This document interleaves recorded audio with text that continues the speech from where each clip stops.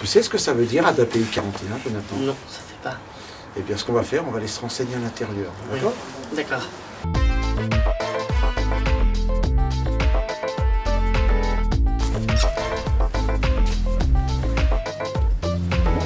Bonjour messieurs, puis-je vous renseigner? Oui. Eh bien, avec Jonathan, on se demandait ce que voulait dire le sigle ADAPI 41. Alors l'ADAPI 41, c'est une association de parents, de personnes handicapées mentales et de leurs amis du Loir-et-Cher. Ici, vous êtes à l'IME, l'Institut médico-éducatif, qui accueille les enfants. Mais si vous voulez avoir plus de renseignements, je vous conseille d'aller au siège social à Vineuil, où vous rencontrerez notre président et notre directeur général qui pourront répondre à toutes vos questions. D'accord, merci beaucoup. Je pense que c'est ce qu'on va faire. Je vous en prie. Merci. Au revoir. Merci, au revoir.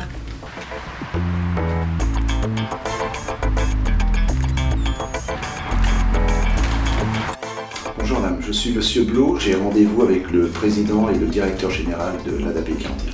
Oui, alors un instant, je vais prévenir de votre arrivée. Merci. Bonjour, bonjour monsieur Blot. Bonjour Jonathan. En 1961, Madame Denis l'écrivain a créé avec quelques parents l'association Les Papillons Blancs du Loir-et-Cher, ADAPI 41 aujourd'hui, pour essayer d'apporter une solution pour leurs enfants déficients intellectuels. Nous adhérons à l'UNAPI, qui est une fédération nationale d'associations représentant les personnes handicapées mentales et leurs familles. L'UNAPI est le plus grand mouvement représentatif des personnes handicapées mentales et de leurs familles. Mais l'entraide familiale, c'est vraiment ce qui fait la caractéristique de nos associations familiales affiliées à l'UNAPI. Cette appartenance à l'UNAPI nous rend plus forts auprès des pouvoirs publics pour défendre les droits des personnes handicapées.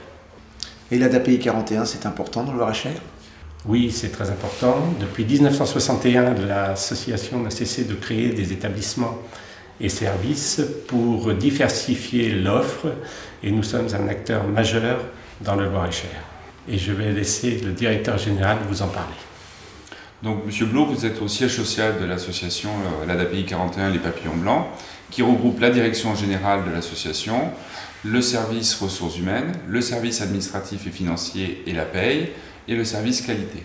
Il faut savoir que l'association est le 12e employeur privé du département, qu'elle emploie 350 salariés, qu'elle accueille 450 personnes accueillies et qu'elle gère 550 places. Elle gère plus de places que de personnes accueillies, puisqu'il y a des personnes qui travaillent en journée dans nos établissements, mais qui sont également hébergées dans nos structures. Et l'association est également composée d'adhérents bénévoles, et nous avons actuellement 160 adhérents au sein de l'association. Donc, pour payer les salariés et faire fonctionner les structures, nous avons un budget de fonctionnement de 18 millions d'euros qui sont financés par l'assurance maladie à hauteur de 30%, le conseil général 30% également, et l'État 30%. Les 10% qui restent se répartissent entre l'activité commerciale des établissements ESAT et entreprises adaptées à hauteur de 7%, et les dons et également les produits financiers qu'on peut obtenir, qui représentent 3% des ressources. Et en tant que parents, qu'est-ce que nous apportons de plus ou de différent dans ce secteur? En tant que parents, nous sommes tous confrontés au même problème. Nous connaissons mieux que quiconque nos enfants et nous défendons des valeurs que nous avons réaffirmées dans notre projet associatif. La personne humaine, l'accompagnement, la citoyenneté, la famille, la solidarité, la tolérance, l'écoute, la laïcité. Le projet associatif est un document très important. Il faut que tout le monde le connaisse, les professionnels, les familles, les personnes accueillies et tous nos partenaires. Et il faut que ce soit un repère dans le travail des professionnels de l'ADAPI 41. Tenez, je vous en donne un exemplaire. Je vous remercie. Jonathan est à l'IME, qui fait partie du Pôle Enfance. Vous pourriez me présenter le Pôle Enfance? Le Pôle Enfance accompagne et accueille une centaine d'enfants âgés de 0 à 20 ans. le jardin d'enfants spécialisé qui accompagne les enfants au sein de crèches et d'écoles maternelles. Le jardin d'enfants spécialisé s'adresse à des enfants qui présentent un retard global de développement, des enfants qui sont âgés de 0 à 6 ans sur le département du Loir-et-Cher. C'est la l'ADAPI 41 qui gère ce service. Et donc au niveau du quotidien, c'est un accueil qui se fait selon un projet personnalisé, projet éducatif, projet pédagogique et puis le projet de vie de l'enfant et de ses parents dans les premiers âges de la vie de leur enfant.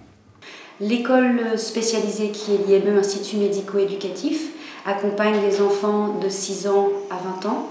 Et le CESAD, Service d'éducation spéciale et de soins à domicile, c'est une équipe mobile qui se déplace sur les lieux de vie de l'enfant, les enfants âgés de 0 à 20 ans. Nous avons aussi un accueil temporaire qui est la maison d'accueil temporaire avec 4 places. La particularité du pôle enfance aussi, c'est que nous avons un CFAS, un centre de formation des apprentis spécialisés, qui prépare le CAP maintenance et hygiène des locaux.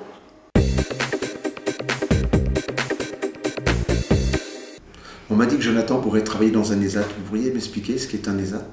Un ESAT est un établissement et service d'aide par le travail qui accueille des personnes orientées par la Maison départementale des personnes handicapées et leur offre un travail adapté. Au niveau de l'ADAPI 41, nous avons 3 ESAT sur le Loir-et-Cher dans lesquels sont réalisés différents travaux, notamment différents types de conditionnement, de la sous-traitance industrielle, de la mise sous pli. Nous avons également des équipes qui interviennent sur l'entretien d'espaces verts, de la construction de palettes et un atelier de blanchisserie. On travaille pour des personnels, on travaille pour la masse, la mise en retraite, le foyer, pour A55, l'antilope, et on travaille aussi pour Céleste aussi, pour la cuisine. Et si Jonathan venait à travailler à l'entreprise adaptée, qu'est-ce qu'il ferait comme travail ? Alors l'entreprise adaptée, on pourra lui proposer différents types d'activités. Nous avons une grosse activité en entretien des espaces verts. D'autre part, nous avons aussi une activité MHR, maintenance et hygiène des locaux. Nous avons une activité de sous-traitance industrielle, où là, on peut faire du publipostage, du câblage, aussi bien des petits montages mécaniques. Nous avons une activité multitechnique en seconde œuvre du bâtiment, c'est-à-dire de la peinture, de la plomberie et de la petite électricité. Nous avons aussi une nouvelle activité, collecte et recyclage des déchets de bureau pour les entreprises et les collectivités. Il pourra aussi travailler à la cuisine centrale de Contres, que nous avons ouvert en 2016. Nous y fabriquons 1200 repas par jour, dont 600 environ pour les établissements de l'ADAPI 41. J'ai entendu parler du Conseil de la vie sociale. Vous pourriez m'expliquer ce que c'est exactement ?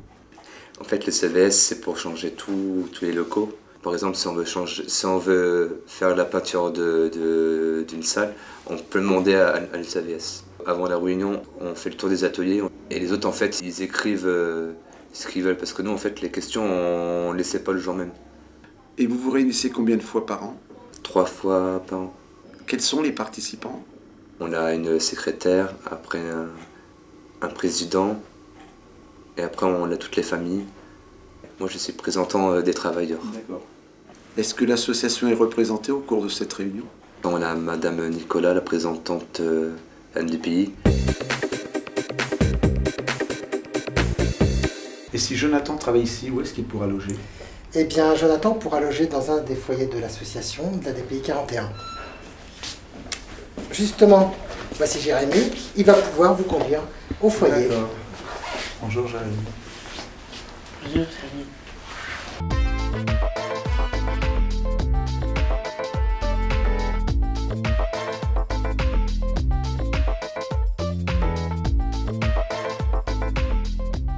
Tiens Jérémy, viens mon petit gars, viens. Viens, je te soigne.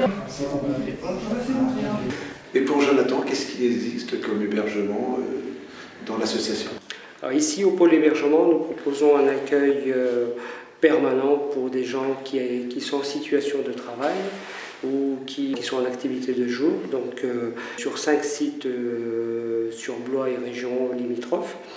Ce sont des sites qui sont adaptés en fonction de l'autonomie de la personne. On a des sites avec surveillant de nuit, sans surveillant de nuit. Voilà, la personne peut venir de façon permanente ou temporaire. Donc là, c'est ici que vous vivez, c'est votre chambre. Oui.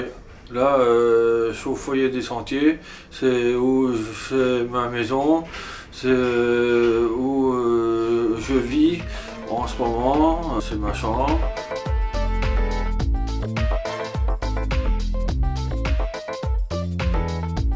C'est fait avec de la toile, et puis après on avait de la peinture. On a fait ça, ce tabouret-là. Difficile à faire. Un peu. Un peu, il faut des gros cartons, des cartons durs.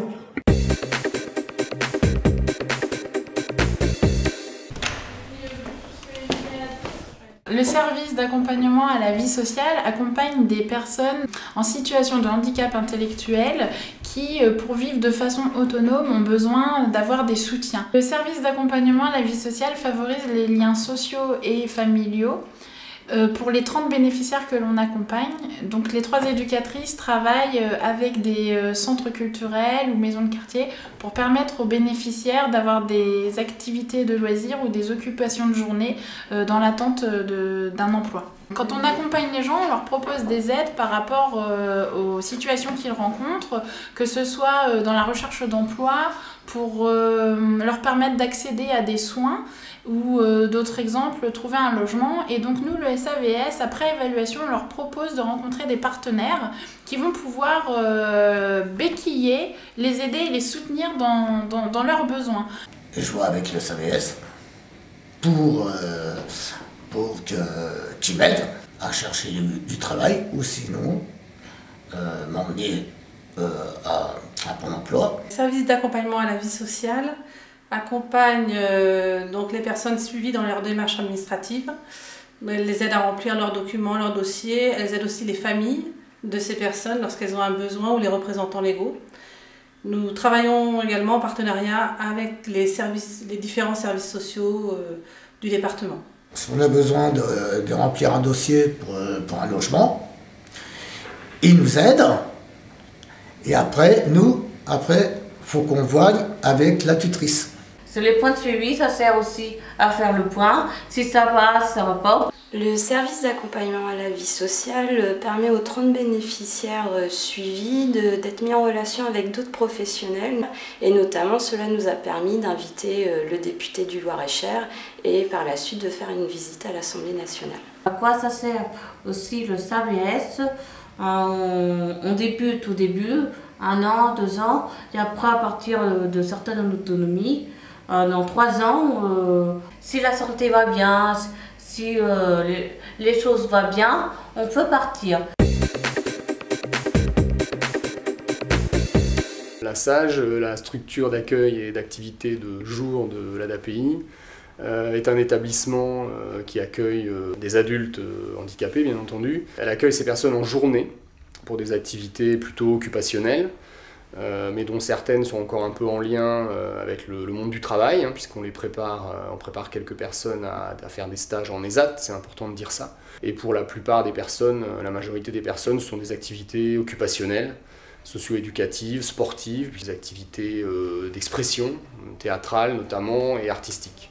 Et puis de l'inclusion dans le milieu ordinaire, puisqu'ils font des activités en lien avec les communes. Et puis au niveau du théâtre, il y a aussi un lien avec le monde de l'éducation. Anaïs est rentrée il y a 8 mois à la SAGE, qui est un foyer occupationnel de jour pour adultes. Pour elle, ça a été une grande découverte. Ça a été la découverte d'un monde nouveau, le monde des adultes. Donc je pense que c'est important pour elle, c'est important aussi pour les parents, c'est important pour nous. Et puis, je pense qu'on y trouve un sens d'adulte et plus du tout des activités d'enfants. Tu trouves ça comment, toi, le SAGE? Bien. C'est bien?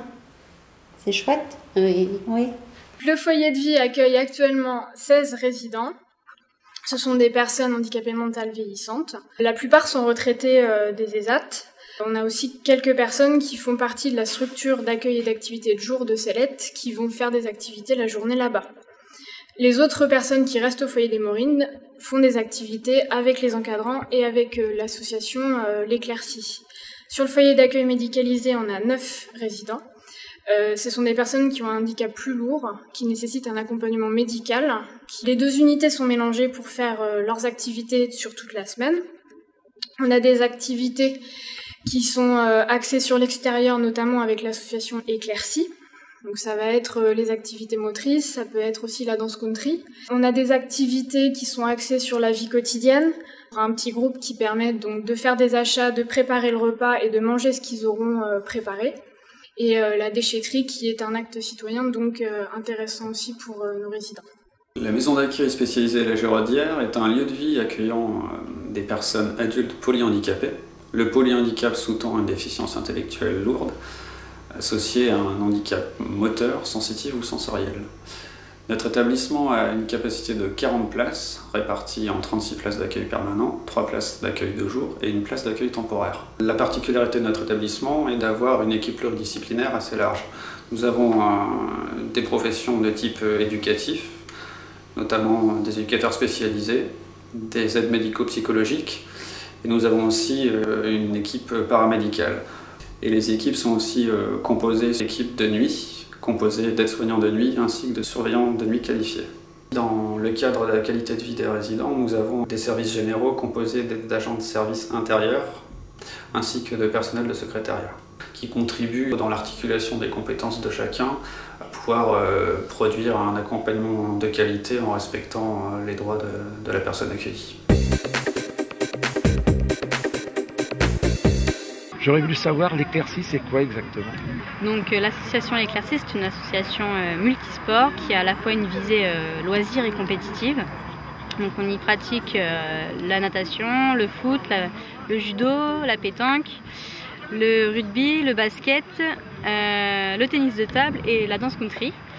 Donc en journée, nous intervenons auprès des établissements et en soirée, nous intervenons essentiellement au niveau des travailleurs et donc des foyers d'hébergement. Vous pourriez m'expliquer ce qu'est exactement le projet personnalisé ? Alors le projet personnalisé, c'est une démarche de l'ensemble des professionnels qui veillent à répondre aux attentes et aux besoins des enfants ou des adultes handicapés qui sont accueillis dans nos établissements, en veillant à ce que ça soit l'établissement qui soit à son service et non le contraire. Dans l'absolu, on demande aussi aux familles de nous apporter leur niveau d'expertise et on essaye autant que faire se peut de les associer à cette démarche de projet personnalisé. Alors vous vous souvenez être venu à l'IME pour une réunion où il y avait l'ensemble des professionnels pour parler des projets de votre enfant, votre fils Jonathan. Ah oui, c'est vrai, nous étions nombreux autour de la table.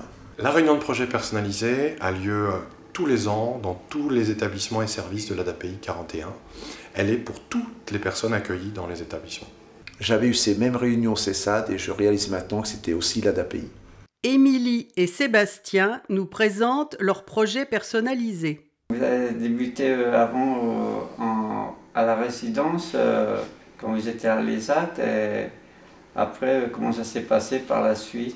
Par la suite, les éducateurs de la résidence m'ont aidé beaucoup au niveau de l'hygiène. Ouais. Ils m'ont donné le moyen pour me faire partir de la résidence. Même vous tous, en tant que travailleur. Après, voilà, je suis repartie et du bon pied, on va dire. Et toi, ton projet, Sébastien? Ici, c'est d'apprendre à bien repasser le linge et puis aller plus vite chez Caillot. Là, maintenant, je trouve que c'est ma place, que je suis mieux dans ma peau. C'est impressionnant tout ce que j'ai découvert. Et comment je peux vous aider?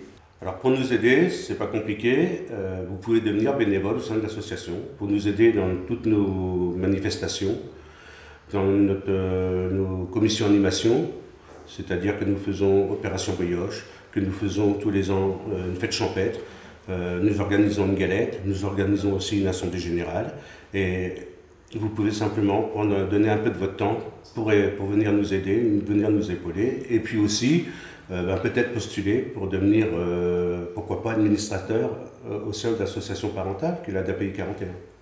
J'ai adhéré à l'ADAPI 41 pour pouvoir rencontrer des parents, pour être soutenue dans mes démarches pour améliorer la prise en charge de mon fils Xavier, autiste, et aussi pour faire évoluer le handicap mental en France. pour le faire connaître, pour faire connaître l'association. Je vois que l'association a toujours été active et grâce à ces bénévoles qui se sont transmis le flambeau, il y a une vraie vie associative. Plus nous serons nombreux, plus nous aurons de poids et plus nous parviendrons à faire des actions importantes. Eh bien c'est décidé, j'adhère à l'ADPI 41.